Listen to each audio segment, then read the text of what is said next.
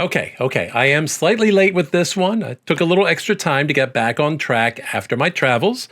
Was off in Paris for Marillion weekend. That was a really good time.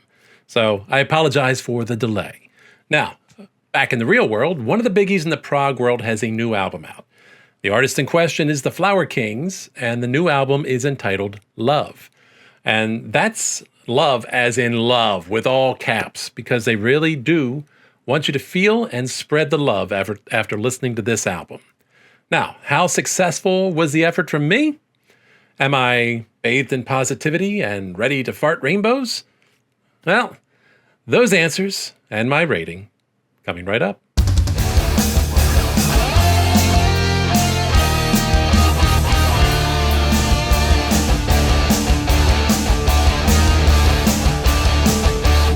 Hey, Prog Noggins, Dave here, and this is Bleeding Edge with your weekly album review. Thank you for joining me. All right, as we mentioned, the album in question is Love, Big Love by the Flower Kings. It is coming out May 2nd, so it's not out and available yet, but you do have a couple singles available to listen to give you an idea of what the album is going to be like. This time around, the band, of course, consists of the one and only Roine Stolt on guitars and vocals. Also, Hasse Froberg on guitars and vocals. They kind of trade duties off and on amongst the two things, back and forth. Michael Stolt on bass, Mirko De Meo on drums, and Lala Larson on keyboards. Do forgive me, folks, if I have mispronounced any of the names so far and any of the names to come. I'm good at mangling names. A few other things I'm as good at. Some guest players in the form of Hasse Brunissen on percussion, Alexander Jasinski on accordion, and Jannica Lund on vocals. And the whole affair, as you might expect, and I think as is typical, is produced by Roine Stolt himself. So what we have here is not what one would call a concept album, though it's long enough for one at 71 minutes. Though there's a lot here in the term of themes, talking about the state of humankind and expressing hope in the face of what at times seems like overwhelming pessimism, a call for us to be kind to one another. So I don't know that I've read or heard anywhere that is intended as a conceptual theme, but it certainly comes across as that comes up repeatedly in the song lyrics. Very, very retro styled in terms of the sound here. Not something that's necessarily new to the Flower Kings. I've typically thought of them as one of those bands that holds true to the 70s folk-inspired, jazz-inspired, and kind of standard sounds aesthetic. I'm not sure if that makes sense, but I think it does. They even brought on some vintage instruments and some vintage approaches to the music. There's a lot of jazz fusion here. There's a lot of 70s style prog. This is absolutely a very conscious effort on their part to have that kind of sound. Could fit in very nicely if you were listening to some Yes and Genesis and Camel from the 70s. Much of the album, if really not all of it, is very uplifting in its calls for peace and kindness. Even Roine is quoted as saying that it's a hippie album, as in HIPPIE from the 60s. It seems to have a few more overtly religious references throughout. References and images, more so than is typical for the Kings, though they've always really kind of leaned in the spiritual direction. They've not usually been very overt in expressing any particular bent, religiously speaking, although Christian flavored, at least certainly is what I heard this time around. So, I have to be perfectly honest, I've not been somebody who's been a deep follower of theirs, so I don't know to what degree this represents something that is consistent for them in how it's presented here versus perhaps leaning a little more overtly towards the Christian end of things. Don't know. That's for those of you that know them better than I do to decide. I can only listen as much as I can listen to, but this is the album I got to, and I've listened to the most by them at this point in time. So, before we start the full breakdown, just quick usual reminders. Please don't forget to like this review. Hit the like button if you enjoy it. And if you want to keep up with my future reviews and other prog-related stuff and content, don't forget to hit the subscribe button and that little bell if you are so inclined and you feel like having your phone bug you every time I upload something. It's cool by me. I don't know how you feel about it. Go with what feels good to you. All right. And a quick review. How this works. 4 categories: intellectual, innovation, technical, emotional. I score them 1 to 5. That average score, in the end, may be adjusted by my personal enjoyment modifier, and that basically just is when the objective score from the ratings I give it don't quite reflect my own experience of a particular album. So let's dive in, starting with intellectual. So let's be honest. I almost feel silly trying to apply that category to this particular album because really, this is more a spiritual album than it is intellectual. The themes of hope in the face of man's inhumanity to man, as one will say, mostly favoring the hopeful side, and it's them really, I think, trying to encourage others to do the same. This is a call to action to basically, let's be blunt, stop treating each other like shit and try to do something nice for one another and try to make it a better world. Pretty much a straightforward message. Not what I would call one that is involving a lot of navel gazing. There's words that make sense. Or, deep philosophy or turning things over and over. It's a lot of poetry. It's poetic imagery. Very much hopeful, except in times when it is contrasting the hope with the darker stuff. And on occasion they express, some cynical perspectives here and there. But really, honestly, optimistic while still acknowledging the pessimism of the world. That's really what's happening here. The lyrical imagery is very pleasant and creatively expressed. I like some turn of phrase they've got going on here. I feel like at times once or twice I heard something that I'm not sure. Maybe it's just a turn of the phrase used in a song, but I could swear they pull out a little Steely Dan reference here and there and maybe something else going on. I wouldn't call it anything that is in and of itself necessarily profound per se in an intellectual sense, but it's well written. It's nicely presented. They give you images that are clear and yet at the same time not beyond somebody applying their own interpretation to them as well. It's a balance that's difficult to achieve, I think, in most ways. But this is, for them, a more inspirational and artistic endeavor than it is an intellectual one. So, lyrically speaking, at least in the way the concept's presented, if you want to call it a concept, better than most. But again, more about the heart than the brain. I am scoring this a 4. Moving on to innovation.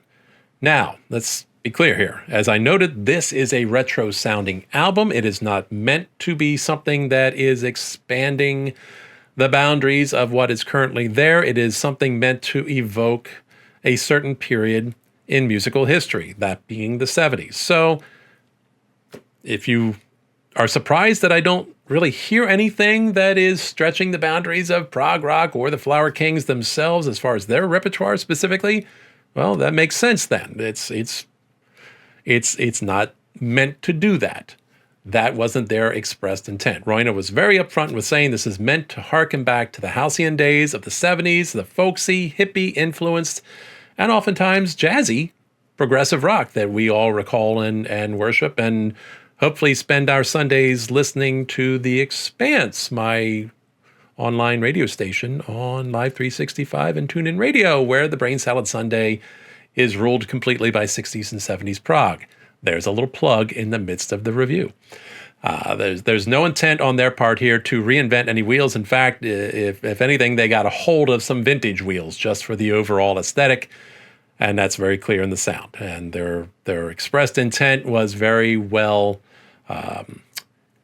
received. It's not the word I'm looking for, but it's the only one that's coming to mind at the moment, and I am not going to sit here and go, This one would really, again, fit nicely, played among the greats of the 70s, with Genesis and Yes and Camel and bands like that. So I enjoyed it, and I think they nailed the sound, and they did a good job with it. I'm going to score it a 3, though, because it's really not what I would call innovation. All right, moving on to technical. I don't think it's a surprise either if I say that this is a band filled with top flight musicians, and it's all on display here. That whole 70s jazz fusion prog rock thing comes across fully. There's all these nice little jazzy moments here and there. There's lots of very tight and at the same time a little bit loose sounding playing. I don't know if you can be tight and loose at the same time. What I'm basically trying to say is these guys are really organized and they know what the hell they're doing, but it never feels rigid. It feels very much like they're doing this as well as they're doing it because that's what they love doing, not just because they are great at it, but because they really enjoy it. And it sounds like they walked right out of that time period where they should be having bell bottoms and shirts with collars out to their shoulders and stripes and vests with little dangly leather things. I forget the term for those right now. Somebody put that in the comments for me. The arrangements are not what I would call overly fussy. They give way to melody, but they're always doing something interesting. There's always something going on there to keep the active mind, the ADHD mind, much like myself, engaged. There's clever arrangements going on. There are fun little instrumental fills and noodling going on between the vocals and during the transitions. They don't just kind of let the groove go. They are putting some fun little stuff, some fun little spice over top of that while it's going on. Tasty guitar licks are sprinkled throughout. Kind of like the gingerbread details on an old Victorian home is how I categorize it. They are there to be admired, and when they are found and noted as details, but mostly they're really there to support the overall artistic appeal of the entire thing. And that's the way I feel here. It's like they're not beating you in the face with how well they can play. They are not hijacking the song and the melody with digressions into noodling, but they are just throwing these little things here and there and like these almost like little Easter eggs to be found if you're paying attention while you're listening, and things that probably mostly reveal themselves over repeated listens. It's really cool stuff here, and I like that because on the surface, they're not smacking you in the face with some really overly complex and naughty and wacky arrangements. They're very accessible in that sense, and in some cases almost warm and familiar, even if you're hearing them for the first time. But then there's all these little fun things that they throw in there along the way. Needless to say, these guys are really acknowledged as among the best out there. So there's hardly a reason to give this category anything but a 5. Now, moving on to emotional.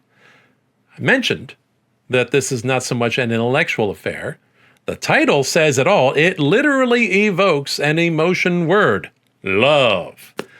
This is all about hope and love and kindness and treating each other well. And they want to tell you that repeatedly, over and over. They tell you, and they bring it back to that. Throughout the album, there are parts, passages that become dark or pensive or a little moody. There's some stretches where there's a little bit of cynicism on their part expressed. And even after those occur, they don't last long, and they're very quickly shifted towards something more hopeful and more inspiring and more light. Some people out there, I don't know, might find that a little bit cloying on occasion, but for this particular occasion here, it works for me. I don't know. Maybe that's a reflection of how the modern world has left me feeling at times, current events. It was nice at times to still have that sense of relief, that the music wasn't pulling me that direction as well. That even though they might give you a few moments of feeling a little ominous or whatever, that they eventually took you back to the light. And it, in some ways, I hearken back to an album from earlier this year, and it makes me wonder, in retrospect, if that was part of my problem in some ways with the overview and even some of those other albums, but I'm going to pick on Steven Wilson here for a couple of reasons, where the emotional heaviness or the coldness of it really wasn't something that I emotionally and mentally wanted or needed at the time, at this particular moment in history. And perhaps this is why albums like Dominion by IQ and this one seem to do a better job of meeting me in the moment and connecting with me with something that felt a little bit more uplifting. Maybe that's what I just am craving on some level without even necessarily having known it prior to now. Starting off with the first track on this album, We Claim the Moon, to me, as I'm reading the lyrics, oh my goodness, it almost seemed like it was that missing emotional counterpoint to Steven Wilson's stuff on the overview. Because I noted during that review that the overview effect doesn't just involve the idea of recognizing and seeing how the vastness of space puts our lives in perspective as largely being very comparatively insignificant. It also, for many people, enhanced their appreciation of beauty and their connection to their fellow humans and their fellow humanity. And that was the part I felt was missing. I noted in that review that I wish that he brought it back to something a little more hopeful or a little bit more about our connection to one another. This album does that using similar imagery, talking about these celestial bodies and our connection to space and the beauty up there and our connection to one another and recognizing that. And that, what I thought, is what really, as I was reading those lyrics, that's exactly what I thought back to. I'm going, this is really kind of what I hoped had maybe been included in Steven Wilson's work. But that's not him. That's not his style. That's their style. So they did this, and it's, to me, was a nice counterpoint and a nice follow-up to that. They are looking at us and the fact that even if we are the only humans and the only intelligent life in this vast universe of emptiness, and even if the things we feel and do and believe are insignificant in the scope of all of this, it in some ways makes it that much more important to our connection with one another because we're all we've got and there's nothing else. And doesn't that in some way maybe make some value in the midst of all that, even if it is comparatively small? Just a thought. Maybe their thoughts. Maybe I'm stretching their thoughts to something else a little bit, but I think we're on the right track here, and that's the way I connect it. So, in all honesty, I don't know about anybody else's experience when they get to this, but for me, it was hard to not come away from this one without feeling a little more hopeful. And I'm not sure if those negatives counter each other or not. This to me just, I don't know. This album left me feeling a little better, a little happier, a little more hopeful. And I dug that. You know, it really is in many ways a very enjoyable album to listen to. And I think in no small part just because of that bit of joy and hope that they bring to it. So on the emotional level, I'm scoring this one a 4. It's maybe didn't pound me, but man, it feels good. And sometimes it's nice to feel a little bit good and a little bit more hopeful. And I like the way they did it this time around. Okay, looking at the scores to review. Intellectual 4, Innovation 3, Technical 5, Emotional 4. The math is easy. It is a total raw score of 4 when you average those out. A few additional thoughts before we talk about the final score. With the mission statement of this being an album about love and hope, as you may have noted, Roina and company really nailed the assignment here. I think they hit a home run in that sense. And in terms of evoking the 70s prog, jazz fusion, folksy aesthetic, they nailed that too. This could have walked right out of Canterbury, if I may invoke that name here. I know I tend towards the darker stuff most of the time. That's usually oftentimes where my mindset is. But, you know, there are those occasions when it's really cool, when something uplifting really connects for me. Last year, for me, that was Big Big Train and the likes of us. This year so far, it is a race between Dominion by IQ and this album. So we'll see which one of them wins out in the end. The guys involved here really did want you to feel hope and happiness with this one. And as I noted, even though there are darker moments and moodier passages, they always bring it back to something inspirational and hopeful. And to me, in many ways, maybe that's the kind of album the world needs right about now. Neither Stray Thought, neither Roina nor Hassa, if I'm pronouncing either or both of those names wrong or whatever, I don't consider these guys to have what one would call classically great voices, the way some people do. But I really dig the interplay between them. It's really kind of special the way their voices blend and they kind of take turns with who is lead solo vocalist versus singing at the same time. There's not necessarily what I would call vocal harmonies, and yet the blend between them makes a really nice harmonious whole, if that makes any sense at all. But that's the best way I could describe it. The whole is greater than the sum of the parts, I think is this expression I'm looking for here. So anyway, dig that, and I've always enjoyed that, just taking a moment to note it. In the end, I kind of feel the raw score is accurate. 4 sounds solid. I have no modifier to apply. So again, that makes the final score 4. Now, your thoughts. Now, I know the album isn't out yet. You'll have to wait a little bit for that to get here. But, we got a couple singles out. What do you think of them so far? Let me tell you, they are very representative of what the rest of the album sounds like. And I got a note, How Can You Leave Us Now is one of the more catchy earworms I've heard in a while, and especially from these guys. I don't know that I can recall another Flower Kings song that stuck in my head the way that one has. So that they got a bit of a winner there, and it feels instantly familiar even when I didn't hear it prior. That's very cool. So if you like those, then you can probably feel very encouraged for the rest of the album.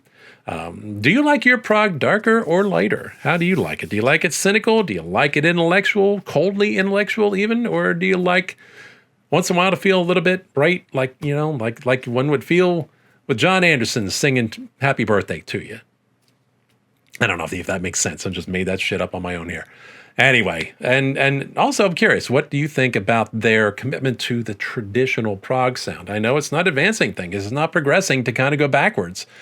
I thought about maybe giving them a 2 in terms of the innovation category, but their intent was to do that. It wasn't like them slipping backwards and running out of ideas. It was them saying, hey, we want to do something that sounds like this. So I did. So anyway, while you think about those questions, I am just going to leave you with the usual reminder to never fear to deviate from the norm. And as always, keep it prog.